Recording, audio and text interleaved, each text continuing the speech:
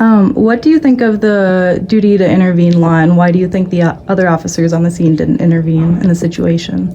A lot of agencies already had that in their policy, and Minneapolis did too.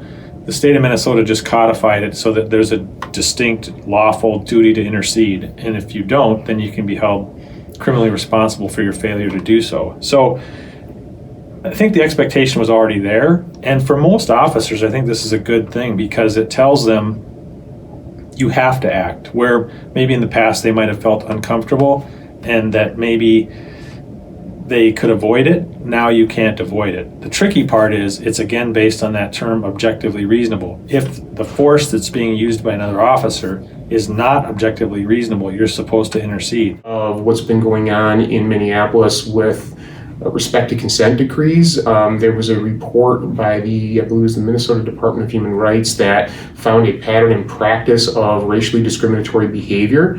Longstanding history of that with the Minneapolis Police Department. And so the Minneapolis Police Department and that state organization, as well as the DOJ, are looking to have one or maybe even two consent decrees that would govern how the Minneapolis Police does its work. And that was talked about this spring, it was talked about again this fall, and as far as I know, to date, they have not yet decided on either consent decree. The right to use deadly force in Minnesota versus an ordinary citizen?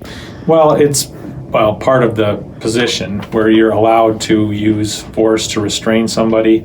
If they've committed a crime, you're arresting them, and potentially to use deadly force if under certain circumstances that's allowed. The main thing being that it has to be objectively reasonable. Difficult term to define in every situation, and that's what makes it so complicated. Where is force allowed and where does force become unreasonable? And the use of force frequently looks bad, it can still be reasonable.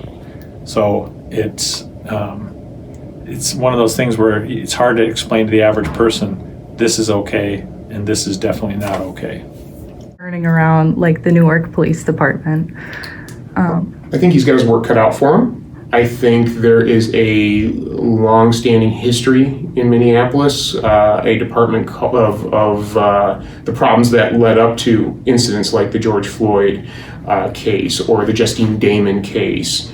I think there is a lot that he can do, but I think the biggest hurdles are going to be a department culture that does not value connections with the community. And that's not only my opinion, seeing that in the press, but also talking with Minneapolis police officers at things like career fairs and trainings. Derek Chauvin's murder conviction has helped community and police relations in Minnesota. I think